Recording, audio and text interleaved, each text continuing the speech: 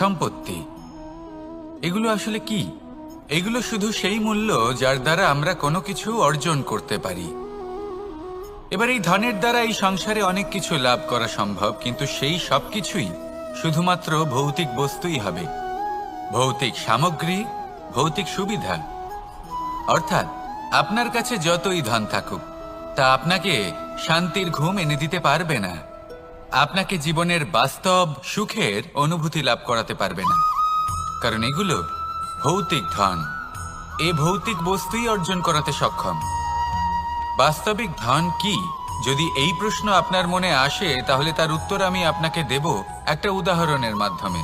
কখনো আপনি শুনে থাকবেন যে একজন পিতা আজীবন অনিষ্ট করেন, অনর্থ করেন, খারাপ কাজ করেন শুধু ধন অর্জনের জন্য। তিনি ভাবেন যে আমি ধন অর্জন করব আর নিজের সন্তানকে একটা উজ্জ্বল ভবিষ্যৎ প্রদান করব, একটা সুখ স্বাচ্ছন্দ্যময় জীবন দান করব। এবার সন্তান যখন জন্ম লাভ করে, তখন সে ভাগ্যের জোরে সেই ধন ভোগ করে। যেরকম সে পায় সেরকমই তার ব্যবহার সে করে। কখনো আপনি এটাও দেখে থাকবেন যে সেই সন্তান সমস্ত ধন নষ্ট করে ফেলে, আর সেই পিতা যিনি সমস্ত ধন সঞ্চয় করেছেন, যিনি সেই ধনের প্রভু, আজ সেই ধনের প্রহরী হয়ে রয়েছেন। এবার এরকম কেন হয়? এরকম তখনই হয় যখন সেই পিতা বুঝতেই পারেন না যে তার জীবনের আসল ধন কি। সেই আসল ধন তার সন্তানকে সে দিতেই পারে না। যদি পিতা তার সন্তানকে কর্মের জ্ঞান দিতে পারেন, উচিত কোনটা অনুচিত কোনটা সেই শিক্ষা দিতে পারেন, সংস্কারের প্রকৃত শিক্ষা দিতে পারেন, তবে সেটা ধনের থেকে অনেক বেশি গুরুত্বপূর্ণ। এটাই হলো জীবনের বাস্তব ধন।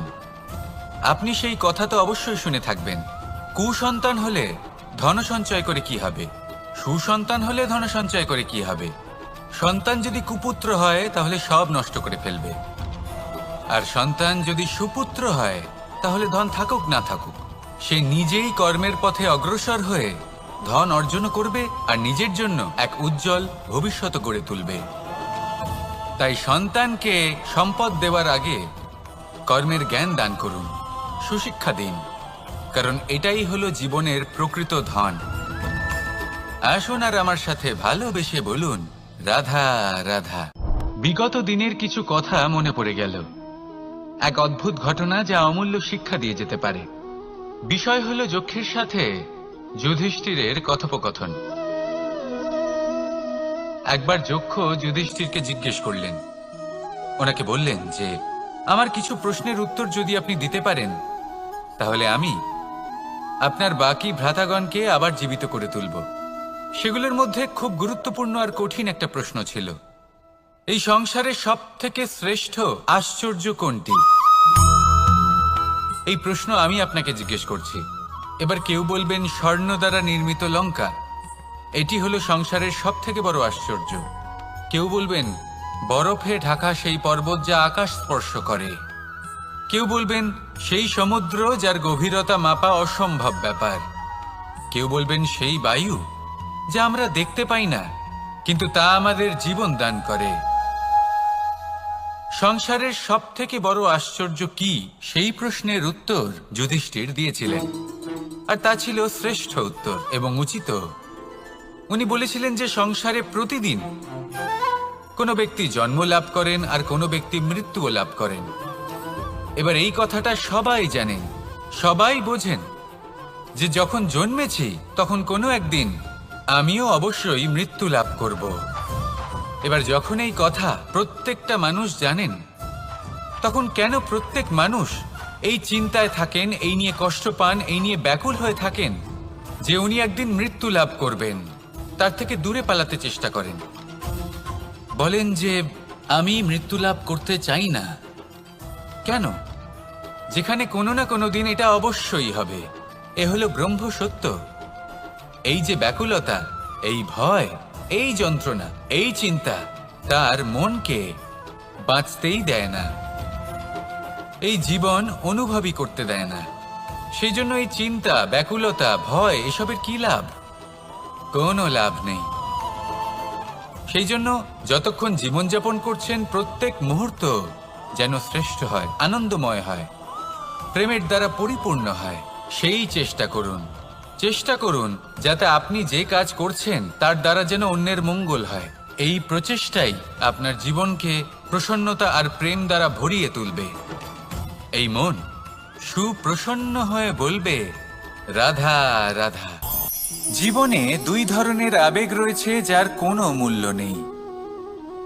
আমার কথার অর্থ এটা নয় যে এদের কোনো গুরুত্ব নেই, গুরুত্ব যথেষ্টই রয়েছে, শুধু এদের জন্য আপনাকে কোনো মূল্য দিতে হয় না। প্রথম আবেগ হলো আনন্দ, প্রসন্নতা। এটা আপনি যে কোনো জায়গায় খুঁজে পেতে পারেন যদি আপনি খুঁজে পেতে চান। আপনি কোনো পুষ্পের সৌন্দর্য দেখে প্রসন্ন হতে পারেন। বায়ুর কারণে যখন একটি বৃক্ষ শিহরিত হয় সেটা দেখে আপনি প্রসন্ন হতে পারেন। একটা ছোট্ট শিশুর কলরব শুনেও আপনি প্রসন্ন হতে পারেন। একটা ক্রন্দনরত বালককে হাসিয়ে আপনি প্রসন্ন হতে পারেন। সবকিছু আপনার উপর নির্ভরশীল। সেখানে আরেকটি আবেগ হলো দুশ্চিন্তা। মানুষ বড়ই দুশ্চিন্তা করতে থাকে। আজ আমি এই কাজ করেছি, সেই বিষয়ে চিন্তা। আজ আমি এই কাজ করতে পারিনি, সেই বিষয়ে চিন্তা। কাল আমাকে এই কাজ করতে হবে, সেই নিয়ে চিন্তা। আমি কি সেই কাজটা করতে পারবো, সেই বিষয়েও দুশ্চিন্তা। চিন্তা সর্বত্র রয়েছে, যার জন্য মূল্য দিতে হয় না। যত চান আপনি একত্রিত করতে পারেন। একটা গুরুত্বপূর্ণ কথা মনে রাখবেন, প্রসন্নতা জীবনের একটা নতুন সূত্রপাত। সেখানে দুশ্চিন্তা হলো জীবনের চিতার সমান। এবার এই দুটি আবেগ হলো মূল্যহীন, দুটোই আপনার সামনে আছে। কোনটা চয়ন করবেন আপনি, দুশ্চিন্তা নাকি প্রসন্নতা? সিদ্ধান্ত আপনারই। আসুন আর আমার সাথে ভালোবেসে বলুন, রাধা রাধা, রাধা রাধা।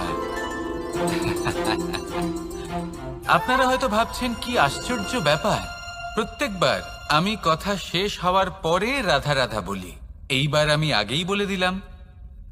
কারণটা কি? কারণ হলো অত্যন্ত বিশেষ। প্রত্যেকবার কথা সমাপ্ত হবার পরে আপনাদের সবার মধ্যে ভালোবাসা বিতরণ করতে চাই, তাই রাধা রাধা বলি।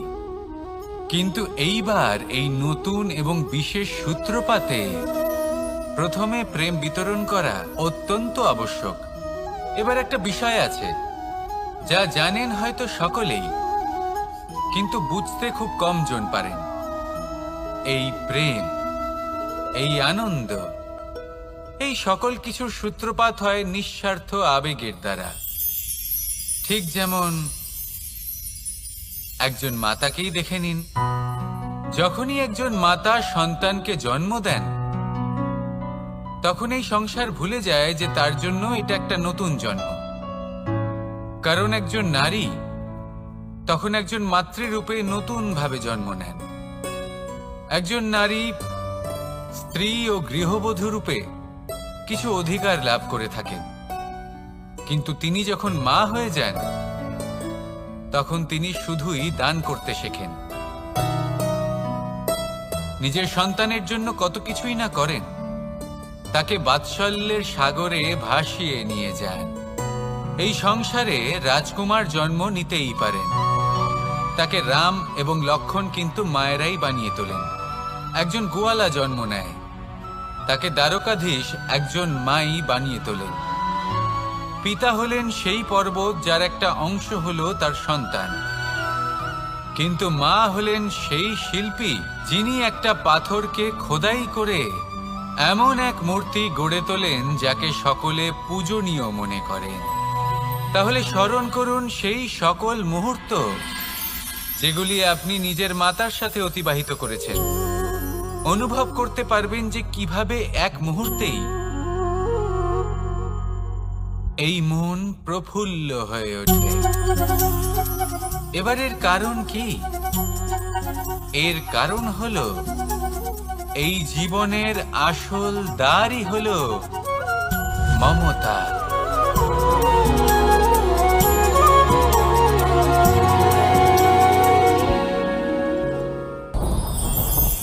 আমার জীবনে পরিচয় হয়েছে অনেক ব্যক্তির সাথে, ভিন্ন ভিন্ন ধরনের মানুষ।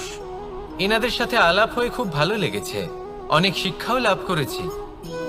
আমি তাদের সাথেও আলাপ করেছি যারা অনেক উচ্চ স্তরে পৌঁছে গেছেন, আবার তাদের সাথেও যারা নিজেদের জীবনে বিশেষ কিছু করতে পারেননি। তাদের সাথেও পরিচয় হয়েছে যারা সফল, আবার তাদের সাথেও যারা অসফল। এবার এই সবই একই রকম মনে হয়। এদের মধ্যে পার্থক্য শুধুই মানসিকতার।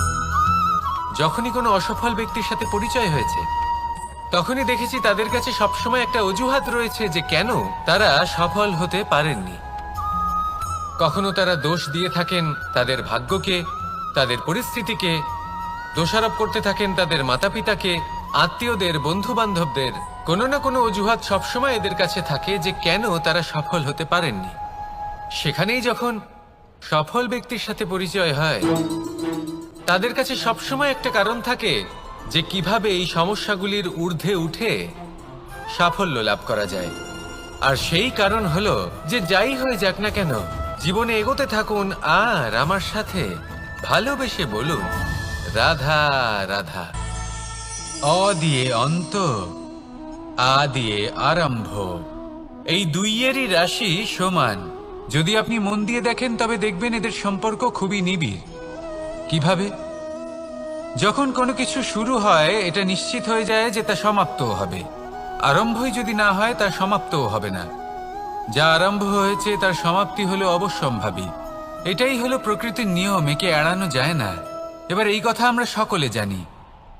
এবার মানুষ কি ভাবে যে সমাপ্তির পরে কি হতে পারে, এর উত্তর তাদের কাছে নেই। তাদের উচিত অন্য কোনো বিষয় ভাবা যা বেশি গুরুত্বপূর্ণ।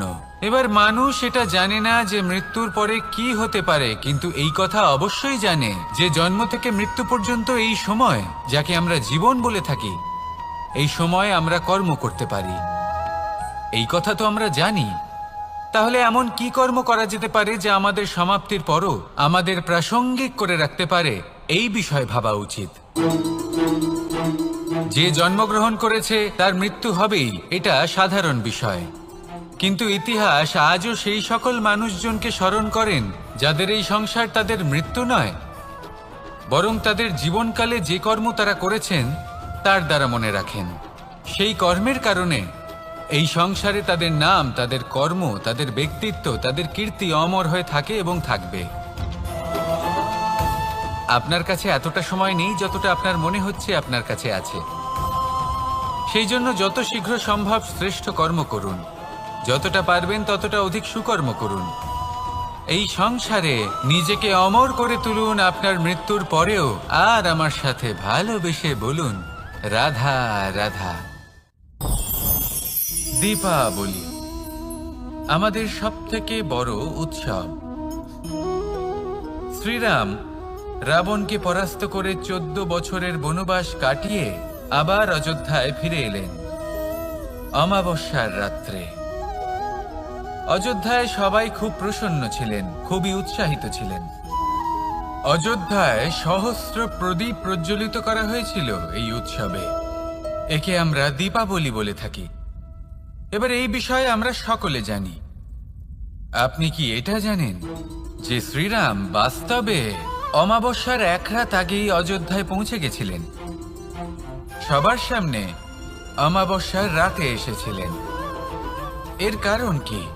শ্রীরাম প্রমাণ করতে চেয়েছিলেন যে যে কোনো সময়, দিন হোক বা রাত, শুভ বা অশুভ হয় না। শুভ অশুভ কিছু থাকলে তা হলো মানুষের চিন্তা, তার ভাবনা, তার নির্বাচন আর তার কর্ম।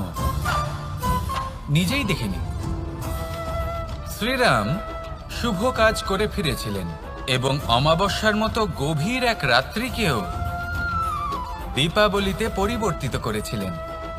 এমনটাই যদি আমরা করতে পারি, তাহলে এমন কোনো গৃহে যান যেখানে অসহায় ব্যক্তি রয়েছেন, যা অন্ধকারাচ্ছন্ন, আর সেখানে প্রকাশ প্রজ্বলিত করুন।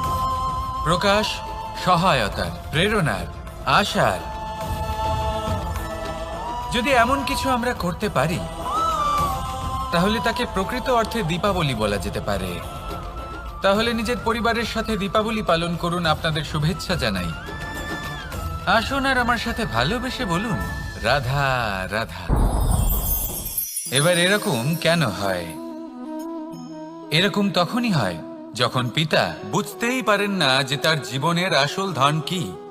সেই আসল ধন তার সন্তানকে সে দিতেই পারে না। যদি পিতা তার সন্তানকে কর্মের জ্ঞান দিতে পারেন, উচিত কোনটা অনুচিত কোনটা সেই শিক্ষা দিতে পারেন, সংস্কারের প্রকৃত শিক্ষা দিতে পারেন, তবে সেটা ধনের থেকে অনেক বেশি গুরুত্বপূর্ণ। এটাই হলো জীবনের বাস্তব ধন। আপনি সেই কথা তো অবশ্যই শুনে থাকবেন, কুসন্তান হলে ধন সঞ্চয় করে কি হবে, সুসন্তান হলে ধন সঞ্চয় করে কি হবে। সন্তান যদি কুপুত্র হয় তাহলে সব নষ্ট করে ফেলবে, আর সন্তান যদি সুপুত্র হয় তাহলে ধন থাকুক না থাকুক সে নিজেই কর্মের পথে অগ্রসর হয়ে ধন অর্জন করবে আর নিজের জন্য এক উজ্জ্বল ভবিষ্যৎ গড়ে তুলবে। তাই সন্তানকে সম্পদ দেওয়ার আগে কর্মের জ্ঞান দান করুন, সুশিক্ষা প্রদান করুন, কারণ এটাই হলো জীবনের প্রকৃত ধন। আসুন আর আমার সাথে ভালোবেসে বলুন, রাধা রাধা। এই সংসারে সবাই বলেন আমি অর্জুনের মতো হয়ে উঠতে চাই। সবাই চায় যে তারাও যেন অর্জুনের মতো গান্ডীব লাভ করে। তারাও চায় যে তাদেরকেও মহাদেব এসে পশুপতি অস্ত্র দান করবেন। তারাও এটাই চায় মহাভারতের মতো মহাসংগ্রামে বিজয়ী হতে। কিন্তু সবাই ভুলে যান যে অর্জুন যা হতে পেরেছিলেন সবকিছুই অর্জন করেছিলেন। যদি আপনিও অর্জুনের মতো গান্ডীব লাভ করতে চান তবে আপনাকেও তার মতোই শ্রেষ্ঠ কাঠ নির্বাচন করতে হবে। সেই কর্ম আপনাকেই করতে হবে। তার প্রত্যঞ্চা যাতে তীব্র হয় তার জন্য আপনাকে সর্বশ্রেষ্ঠ দড়ি খুঁজে বের করতে হবে। আপনার বাণ যাতে ঘাতক হয় সেই জন্য আপনাকে নতুন নতুন ধাতু খুঁজে বের করতে হবে। সেই শিক্ষা আপনাকে লাভ করতে হবে, তবেই আপনার ইচ্ছে পূর্ণ হবে। অর্জুন হওয়া বড়ই সরল যদি আপনি কিভাবে অর্জন করতে হয় তা জানেন। শুধুমাত্র স্বপ্ন দেখেন যারা, তারা কখনোই অর্জন করতে পারবেন না। কিন্তু যদি কেউ অজ্ঞাতবাস ভোগ করতে পারে, যদি কেউ লাক্ষাগৃহ থেকে পালিয়ে বাঁচতে পারে, যদি কেউ কঠোর তপস্যা করতে পারে, প্রতীক্ষা করতে পারে এবং পরিশ্রম করতে পারে, তাহলে সে অর্জুন অবশ্যই হয়ে উঠবে। যদি আপনি অর্জুন হয়ে উঠতে চান তাহলে কর্ম করতে শিখুন আর আমার সাথে ভালোবেসে বলুন, রাধা রাধা। পাণ্ডবরা বন থেকে এসেছিলেন। ওনাদের কাছে না কোনো ধন ছিল, না কোনো সম্পদ, না বিদ্যা।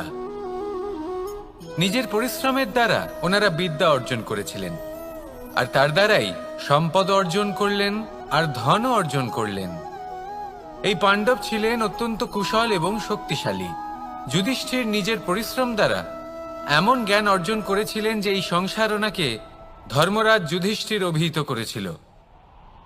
দেখতে গেলে পাণ্ডবদের কাছে সবকিছুই ছিল, কিন্তু যখন বিষয় এলো আরো ধন লাভ করার, তখন যুধিষ্ঠির, যিনি পাণ্ডবদের মধ্যে জ্যেষ্ঠ, তিনি সকল পাণ্ডবদের সাথে দ্যুতক্রীড়ায় অংশগ্রহণ করে ফেললেন। এর ফলে না শুধু ধনলক্ষ্মী, ধর্মলক্ষ্মী, বিবেক লক্ষ্মীকেও হারালেন, আর শুধু তাই নয়, নিজের গৃহলক্ষ্মী দ্রৌপদীকেও হারিয়ে ফেললেন। এর কারণ কি? ভুলে গেলেন খুব সহজ একটা কথা, এই সংসারে সম্মান এবং সাফল্য দুটোই পরিশ্রমের দ্বারা লাভ করতে হয়। কিন্তু দ্যুতক্রীড়ার এই খেলা আমাদের ভাগ্যের উপর নির্ভরশীল। এই সংসারে দুটি পথ রয়েছে। একটা পথ যেখানে কর্ম এবং পরিশ্রমের দ্বারা আপনি নিজের পথ নিজেই রচনা করতে পারবেন, আর দ্বিতীয় পথ হলো যেখানে এই ভাগ্য এক মুহূর্তে আপনাকে শিখরেও পৌঁছে দিতে পারে, আবার ধূলিসাৎ করে দিতে পারে। আপনি কোন পথ বাছবেন সেই চয়ন আপনারই। আসুন আর আমার সাথে ভালোবেসে বলুন, রাধা রাধা। কোনো এক সময়ের ঘটনা এটা। মা এবং বাবা হাটে গিয়েছিলেন। তখন আমি আর দাদা গিয়েছিলাম গরু চড়াতে। আমরা বাড়ি ফিরে এলাম, আর মা সেই সময় একটা কাজ করতেন। যখনই হাটে যেতেন দরজা তালা বন্ধ করে যেতেন। উনি খুব ভালো করে জানতেন যে যদি ওনার এই মাখন চোর সঠিক সময়ে পৌঁছে যায় তাহলে এক ফোঁটাও মাখন আর অবশিষ্ট থাকবে না। এবার ঘটনা কিছুটা এরকম হলো যে মা আর বাবা মাঝে মাঝে হাটে যেতেন, তাই মাঝে মাঝেই দরজা তালা বন্ধ করতে হতো। যখন মা আর বাবা ফিরে এলেন তখন বাবা ভুলে গিয়েছিলেন যে এই চাবির গোছা থেকে ঠিক কোন চাবিটা দরজার তালা খোলার জন্য উপযোগী। উনি চেষ্টা করতে শুরু করে দিলেন। একটার পর একটা চাবি দিয়ে উনি চেষ্টা করতে থাকলেন, কিন্তু সেই দরজার তালা তো খুলতেই চাইছিল না। ওনার মাথা থেকে ঘাম পড়তে শুরু করলো। তখন মা বললেন যে তালা ভেঙে দেওয়া যাক। মা চলে গেলেন, আর বাবা বললেন না না দাঁড়াও, আর কিছু চাবি বাকি আছে, এটা হয়তো খুলতে পারবো। মা হাতুড়ি নিয়ে চলে এলেন সেই তালা ভাঙার জন্য, আর তখনই বাবা শেষ চাবিটা প্রয়োগ করলেন আর দরজার তালা খুলে গেল। যদি উনি চেষ্টা না করতেন তাহলে এই তালাটাও ভেঙে যেত আর চাবিটাও নষ্ট হয়ে যেত, ঠিক কিনা? এবার এই ঘটনাটা আমি দেখেছিলাম, আর আমার মনে হলো যে কখনো কখনো এই চাবির গোছার মধ্যে থেকে শেষ চাবিটাও কিন্তু জীবনের দরজা খুলে দিতে পারে। সেজন্য আপনি যদি জীবনে সাফল্য লাভ করতে চেষ্টা করেন, নিজের লক্ষ্যে পৌঁছতে চান, তাহলে হার মানবেন না। হয়তো দেখবেন আপনার পরবর্তী প্রচেষ্টা বা এই অন্তিম প্রচেষ্টা আপনাকে সাফল্যের পথে নিয়ে গেল। তাই নিরন্তর প্রচেষ্টা করতে থাকুন, জীবনে সাফল্য লাভ করুন, আর আমার সাথে ভালোবেসে বলুন রাধা রাধা। কোনো এক সময়ের কথা, একজন জেলের একটা ছোট্ট পুত্র ছিল। সে ভাবল যে আমি আমার বাবার মতোই মাছ ধরব।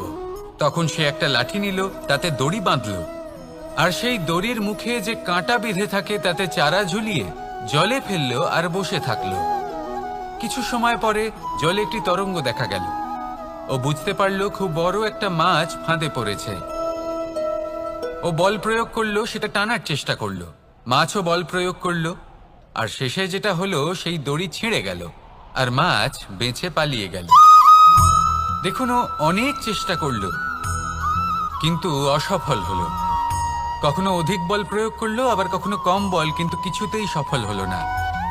ও পঞ্চমবার প্রচেষ্টা করলো, না বেশি বল প্রয়োগ করলো না কম, ততটাই বল প্রয়োগ করলো যতটা পর্যাপ্ত, ঠিক ততটাই বল যতটা বল সেই মাছ প্রয়োগ করলো। আর শেষ পর্যন্ত জীবনে প্রথমবার ও মাছ ধরতে সফল হলো। এবার এই কথার সারমর্ম কি? ভারসাম্য।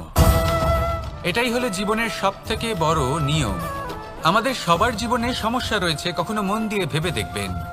জীবনে যদি কোনো ক্ষুদ্র সমস্যা বা ছোট সমস্যা থাকে আর সেটা সমাধান করার জন্য আপনি বেশি চেষ্টা করছেন, তাহলে তার দ্বারা সমাধান হয় না, বরং আরো বিপদ বেড়ে যায়। যখন কোনো বড় সমস্যা থাকে আর আপনি কম চেষ্টা করতে থাকেন, তখন সমাধান হয় না, তা চলতেই থাকে। শুধু এটাই হলো ব্যাপার। জীবনের সমস্ত সমস্যার একটা ভারসাম্য বজায় রাখা, যদি এটা আপনি শিখে ফেলতে পারেন, জীবনটা আপনার হাতের মুঠোয় থাকবে। আসুন আমার সাথে ভালোবেসে বলুন রাধা রাধা।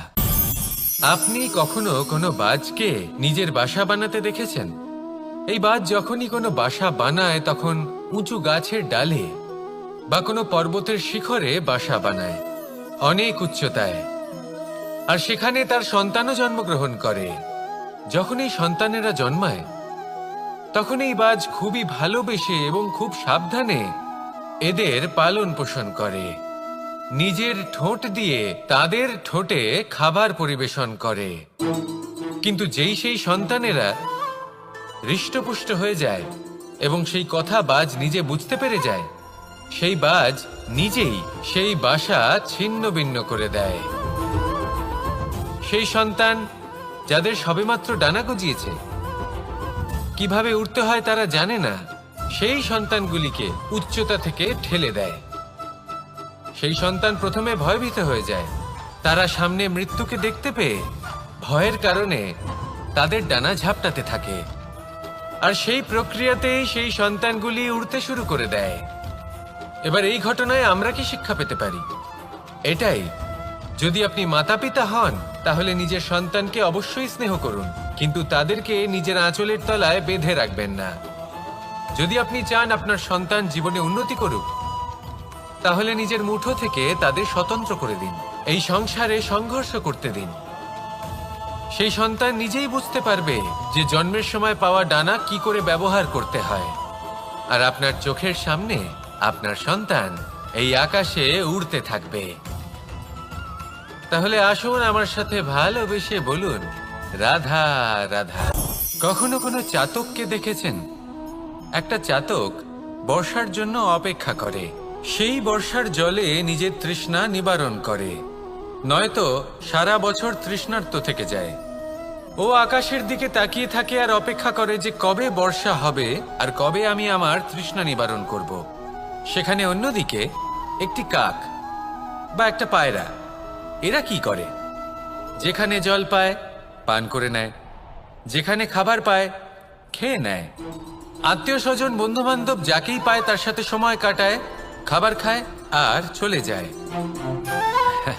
এবার এদের মধ্যে মিল কোথায় আর পার্থক্য কোথায়?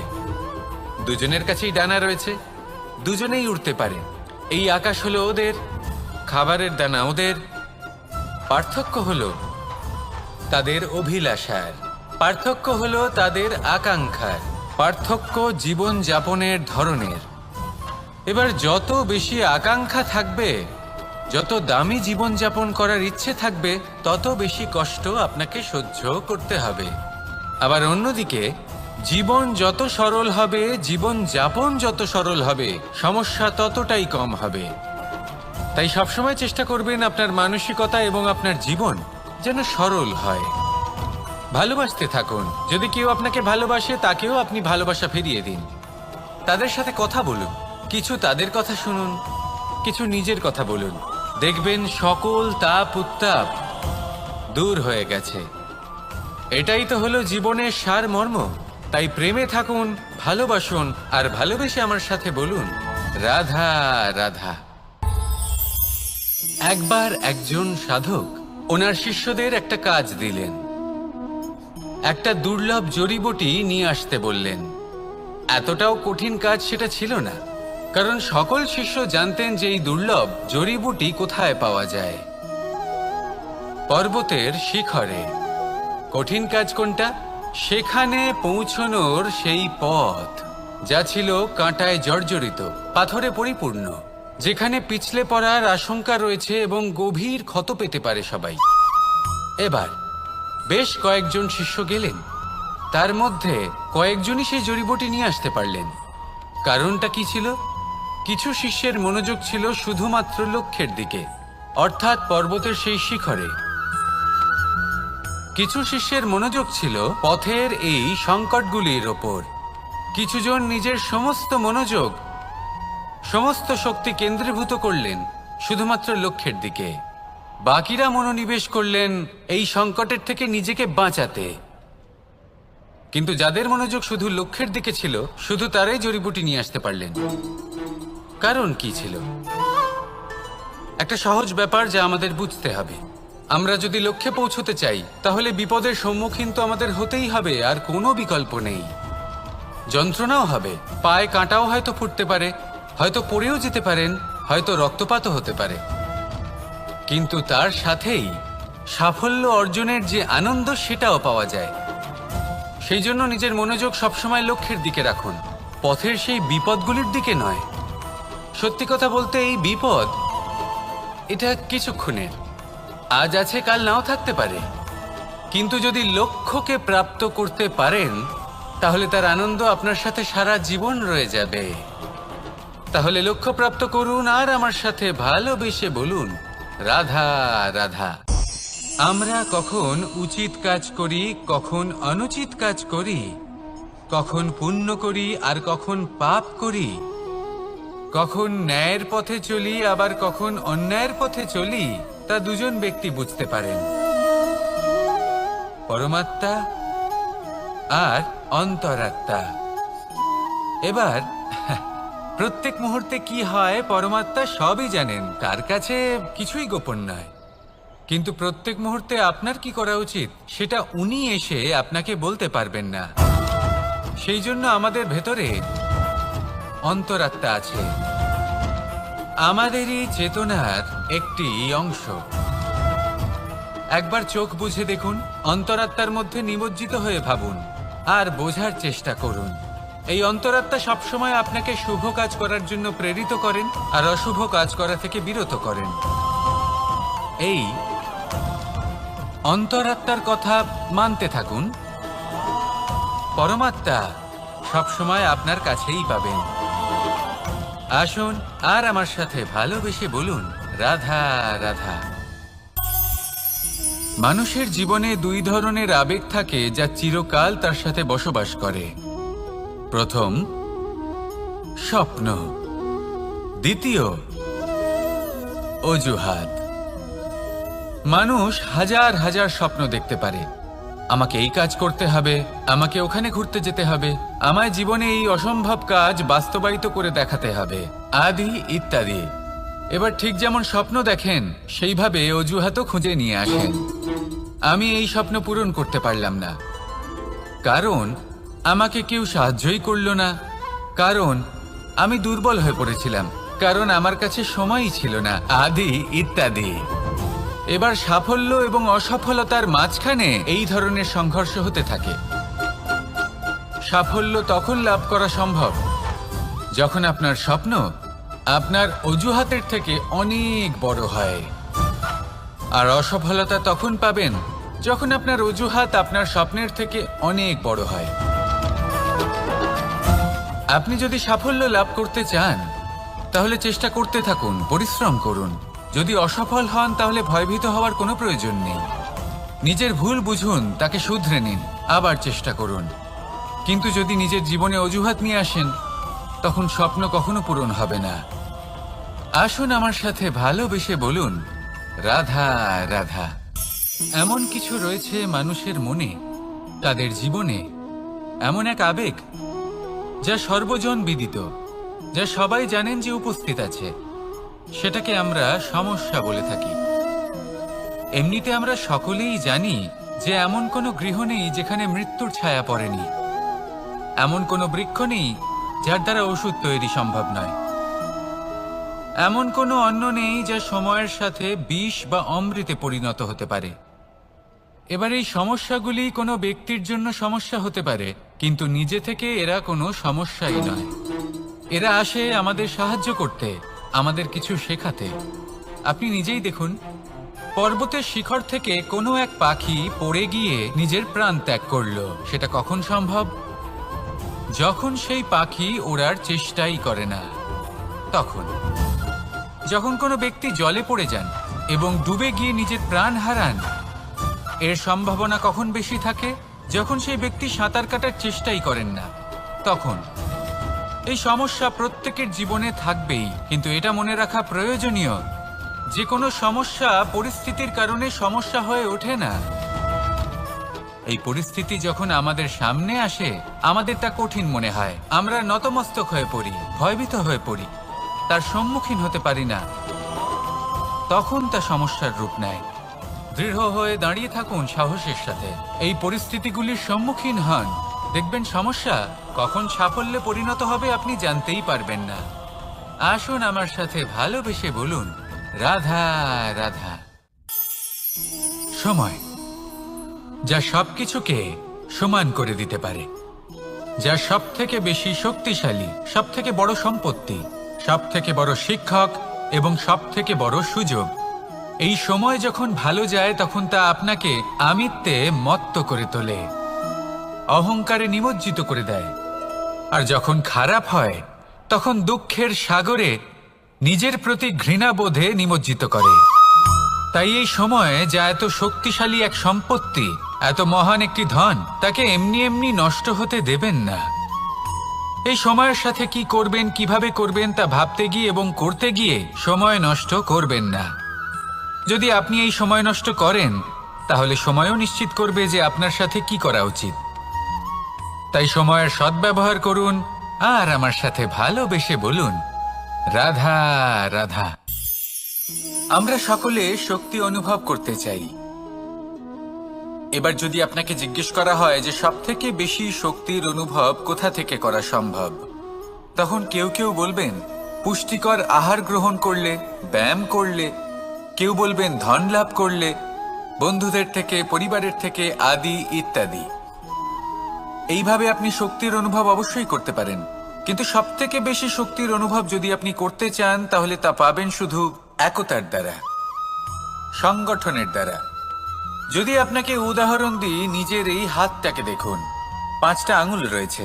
কোনো একটা বস্তুকে নিজের একটা আঙুল দ্বারা তুলে ধরার চেষ্টা করে দেখুন, বড়ই কষ্ট হবে। তখন আপনি বুঝতে পারবেন যখন এই 5টি আঙুল একত্রিত হয় তখন কোনো কাজ কতটা সহজ হতে পারে। এটাই হলো শক্তি, একতার। সব থেকে ভালো উদাহরণ যদি আপনাকে দিই তাহলে বাঁশি। এই বাঁশি থেকে অত্যন্ত মধুর সুর নির্গত হয় যা সবার মন প্রসন্ন করে দেয়। এই কথা সত্যি, কিন্তু এই বাঁশি আমি একটা বা দুটো আঙুল দিয়ে বাজাতে পারবো না। আমাকে প্রত্যেকটা আঙুল ব্যবহার করতেই হবে, তবেই এর থেকে মধুর সুর নির্গত হবে যা সকলকে প্রসন্ন করবে, ঠিক কিনা?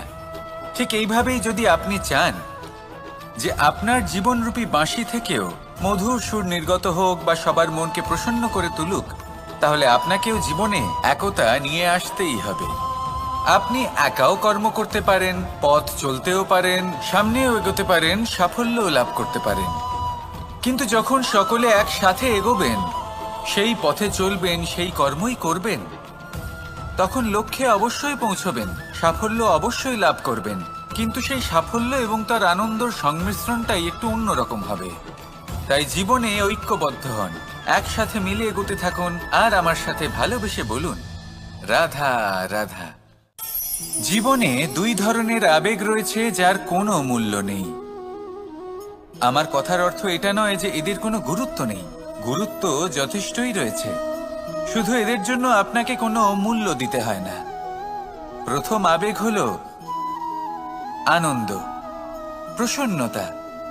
এটা আপনি যে কোনো জায়গায় খুঁজে পেতে পারেন যদি আপনি খুঁজে পেতে চান। আপনি কোনো পুষ্পের সৌন্দর্য দেখে প্রসন্ন হতে পারেন। বায়ুর কারণে যখন একটি বৃক্ষ শিহরিত হয় সেটা দেখে আপনি প্রসন্ন হতে পারেন। একটা ছোট্ট শিশুর কলরব শুনেও আপনি প্রসন্ন হতে পারেন। একটা ক্রন্দনরত বালককে হাসিয়ে আপনি প্রসন্ন হতে পারেন। সবকিছু আপনার উপর নির্ভরশীল। সেখানে আরেকটি আবেগ হলো দুশ্চিন্তা। মানুষ বড়ই দুশ্চিন্তা করতে থাকে। আজ আমি এই কাজ করেছি, সেই বিষয়ে চিন্তা। আজ আমি এই কাজ করতে পারিনি, সেই বিষয়ে চিন্তা। কাল আমাকে এই কাজ করতে হবে, সেই নিয়ে চিন্তা। আমি কি সেই কাজটা করতে পারবো, সেই বিষয়েও দুশ্চিন্তা। চিন্তা সর্বত্র রয়েছে, যার জন্য মূল্য দিতে হয় না। যত চান আপনি একত্রিত করতে পারেন। একটা গুরুত্বপূর্ণ কথা মনে রাখবেন, প্রসন্নতা জীবনের একটা নতুন সূত্রপাত। সেখানে দুশ্চিন্তা হলো জীবনের চিতার সমান। এবার এই দুটি আবেগ হলো মূল্যহীন, দুটোই আপনার সামনে আছে। কোনটা চয়ন করবেন আপনি, দুশ্চিন্তা নাকি প্রসন্নতা? সিদ্ধান্ত আপনারই। আসুন আর আমার সাথে ভালোবেসে বলুন, রাধা রাধা। কোনো এক সময়ের কথা, একজন জেলের একটা ছোট্ট পুত্র ছিল। সে ভাবল যে আমি আমার বাবার মতোই মাছ ধরব। তখন সে একটা লাঠি নিল, তাতে দড়ি বাঁধল, আর সেই দড়ির মুখে যে কাঁটা বেঁধে থাকে তাতে চারা ঝুলিয়ে জলে ফেলল আর বসে থাকলো। কিছু সময় পরে জলে একটি তরঙ্গ দেখা গেল। ও বুঝতে পারল খুব বড় একটা মাছ ফাঁদে পড়েছে। ও বল প্রয়োগ করলো, সেটা টানার চেষ্টা করলো। মাছও বল প্রয়োগ করলো, আর শেষে যেটা হলো সেই দড়ি ছিঁড়ে গেল আর মাছ বেঁচে পালিয়ে গেল। দেখুন, ও অনেক চেষ্টা করলো কিন্তু অসফল হলো। কখনো অধিক বল প্রয়োগ করলো, আবার কখনো কম বল, কিন্তু কিছুতেই সফল হলো না। ও পঞ্চমবার প্রচেষ্টা করলো, না বেশি বল প্রয়োগ করলো না কম, ততটাই বল প্রয়োগ করলো যতটা পর্যাপ্ত, ঠিক ততটাই বল যতটা বল সেই মাছ প্রয়োগ করলো। আর শেষ পর্যন্ত জীবনে প্রথমবার ও মাছ ধরতে সফল হলো। এবার এই কথার সারমর্ম কি? ভারসাম্য। এটাই হলো জীবনের সবথেকে বড় নিয়ম। আমাদের সবার জীবনে সমস্যা রয়েছে, কখনো মন দিয়ে ভেবে দেখবেন। জীবনে যদি কোনো ক্ষুদ্র সমস্যা বা ছোট সমস্যা থাকে আর সেটা সমাধান করার জন্য আপনি বেশি চেষ্টা করছেন, তাহলে তার দ্বারা সমাধান হয় না, বরং আরো বিপদ বেড়ে যায়। যখন কোনো বড় সমস্যা থাকে আর আপনি কম চেষ্টা করতে থাকেন, তখন সমাধান হয় না, তা চলতেই থাকে। শুধু এটাই হলো ব্যাপার। জীবনের সমস্ত সমস্যার একটা ভারসাম্য বজায় রাখা, যদি এটা আপনি শিখে ফেলতে পারেন, জীবনটা আপনার হাতের মুঠোয় থাকবে। আসুন আমার সাথে ভালোবেসে বলুন রাধা রাধা।